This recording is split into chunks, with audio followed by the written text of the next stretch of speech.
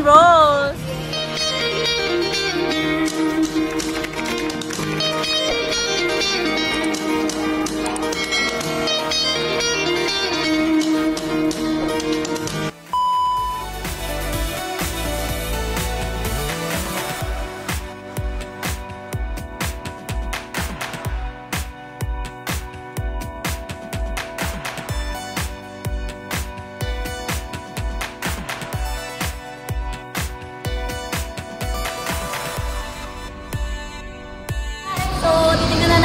I-check muna natin yung unit bago natin i-endorse kay client. Let's go! So, papasok na ako. Papasok. Ayan, papasok na. Ayan, as marketing professional, dapat i-check muna natin yung unit bago i-release kay client. Apak sa brake.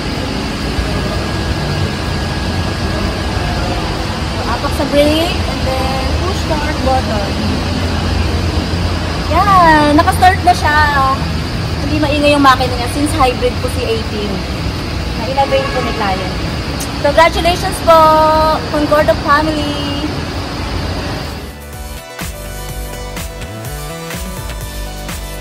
And guys, for payment na po sila client. Hello po. Guys, interview natin si client kung bakit Vios 80 ang kanilang kinuha at bakit Toyota Quezon Avenue ang kanilang napiling dealer. Let's go! Hi guys! So kasama na po ulit natin si Sir Adrian. Yan, si Sir Edrel at si Ma'am Rose. Hi Ma'am! Yan, so interviewin po natin sila. Number 1 po, si Sir Edrel na lang po ang magsasagot. Bakit po Vios 80 hybrid yung napili nyo pong unit?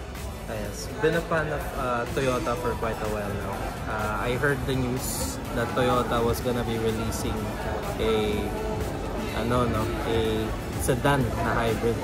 And I did my research and met a few people who got their inputs on it, and then finally I talked to the family and we decided on the Toyota 80. Yon. Gano'ng katagal ka sir nag-search?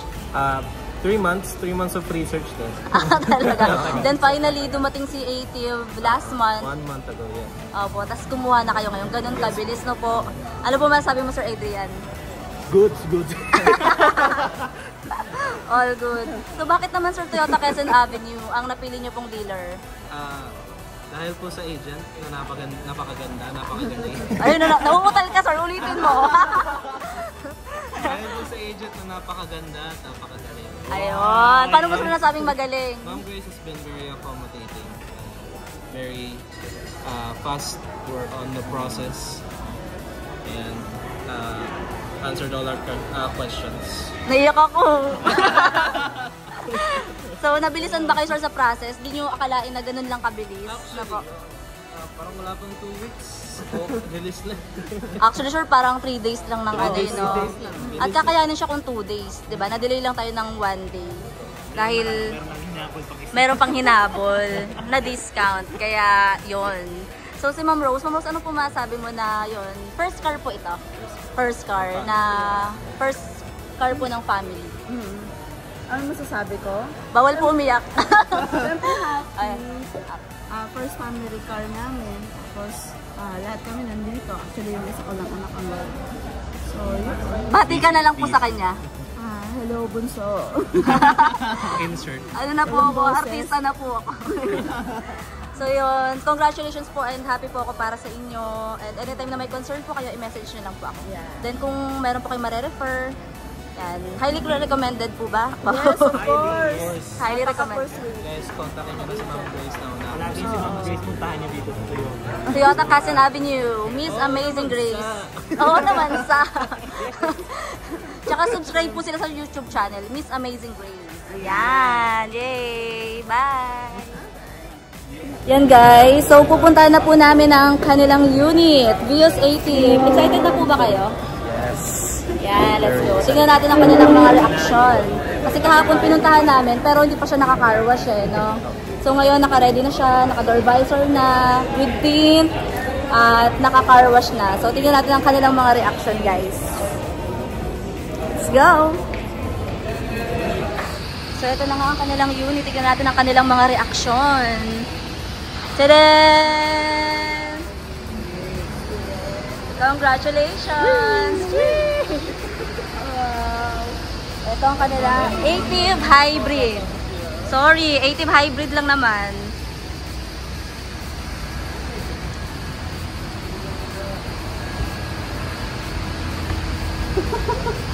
Oh! Pasok na si Pedro sa driver's seat. Ayan na siya. Ayan na. Then electric po yung kanya handbrake. Pindot lang po ng ganyan. So mawawala na po yung P. So automatic nakadrive na po tayo. Yan, makikita nyo rin yung P. So i-park po muna natin. Let's go. Then later po i-explain ko po yung sa brake hold.